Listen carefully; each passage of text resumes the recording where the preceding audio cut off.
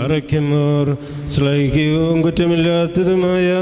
ഏകവിശ്വാസത്തെ പാലിച്ച് ഞങ്ങൾക്ക് ഏൽപ്പിച്ചു തന്നവരായി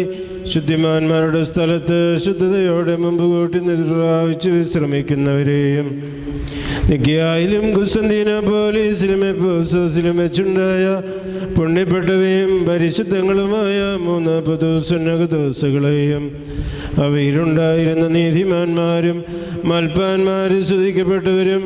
ദൈവത്തെ ധരിച്ചവരുമായ ഞങ്ങളുടെ പിതാക്കന്മാരെയും